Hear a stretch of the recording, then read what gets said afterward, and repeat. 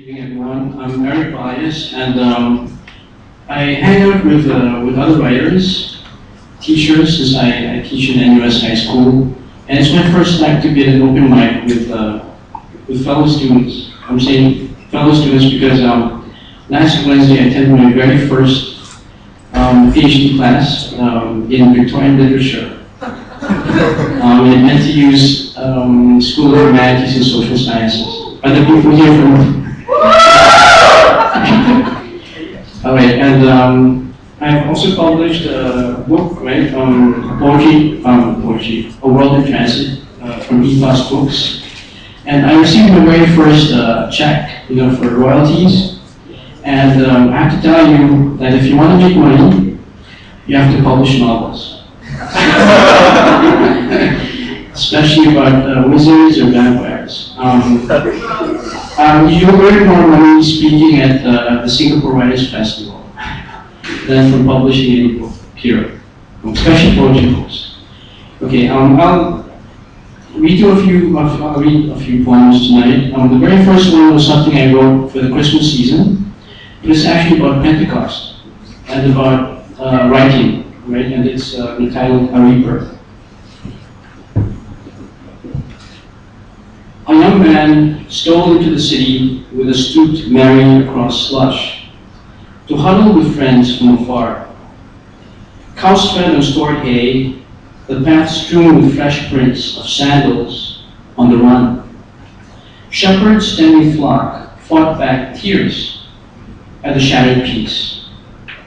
If I had dashed to the upper room in that nipping morning, past caked mud, crumbling leaves, I would have felt warm in an instant. A howling whirlwind showered flames on the young man, his crucified Savior's mother, and all faithful. Millennial, ever praising the descent of spring. It lit up mortar walls, circled the yard for a minute, before igniting sorrel flower sunbursts. Speechless, I let the Spirit burn the page. End quote. So the first print run of World in Transit, it was sold out, but Ethos printed a few more copies. I have a few with me if you would like to get a copy. $17.10. Okay, and so I'm reading maybe a couple of poems from it. I write about migration, literally and figuratively. And the very first one I have to I'll probably read to you one about China, because China is on the ascendant, economically and literarily. So this is about my going there for the first time, and I thought it was huge. Everything was huge and gaudy. And so this is about Shanghai, but told from the perspective of a sparrow. A sparrow's view of Shanghai's Pearl Tower. A winged tourist on the belated return is bemused by this monstrosity. Strange poetry, impenetrable, pink. Giant aerial, serviceable perch, mowing trees for progress. Above the wide, lentil-covered river, brown and black slice the breeze. Specks of ink on a cloudy cityscape. Spying every spire a stopover, unseen by viewing deck throngs, which it knows are admirers. It climbs and dives in midair, flashes flood its pea-brain, like an oracle oxbone. The sparrow divines their city's future. Chirps about the glories of empires past, its forebirds passed on in song. Some drowned beneath Sioux-collared waters. Architects, oblivious of avian symmetry, inspect only a pile of stones defying heaven. But the winged soul finds poetry in a straight line, a perfect sphere. Dancing lights singeing beady eyes, each fiery aspiration to eternity, till this empire flies too close to the sun. End of that poem.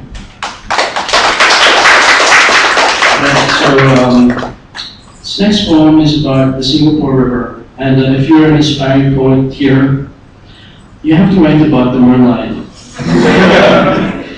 It's a requirement. After that, you can also write about the Singapore River. So this is my requisite piece on that. And it's based on an exhibit at the National Museum. It's probably still there. Right? Singapore River on exhibit.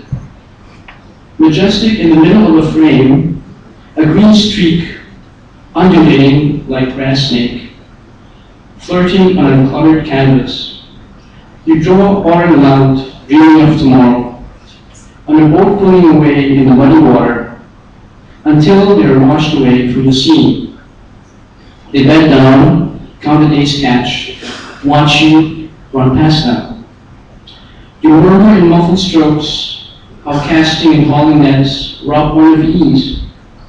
I strain to pick out release levels, frothing from your water, seeking release. Sampans in tiny arcs of reds and yellows jostle with tree trunks felled by monsoons, and flotsam, cheap offering to your murky waters. Pot-bellied merchants fan themselves, coolies in gabardines unload jade and antlers. Your presence to the settlement will return the favor with detritus. Utterances in babel tongues drown out hunger in your memory. Above the ripples of primary colors float ambition and usury. Cycles of drought and rain, urban renewal, neither detain nor dance, nor silence your hum. You were slighted by tourists distracted by the Merlion, spitting in envy at the floating sands garden. Shoot a spray at the passing glory as you rush home to the strait. Twigs of time scrape against imagery as you pass by and through me. A black space on the wall awaits a picture of my whistling your gurgling song, of how your green waters inspire me to write blank verses alone.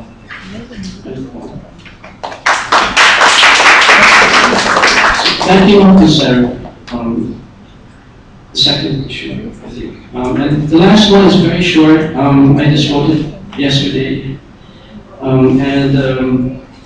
My current project is about the aftermath of 9/11. I'm writing that for my dissertation. And this one is entitled Inmates. Okay, wretched is an inmate, urinating at his jailer. So is his wife, on a chilly Yemeni night. As are their baby clawing the desert air. His jailer who cannot leave Guantanamo. A society tossing and turning all night. After an injection, grants the inmate release. Thank you very much.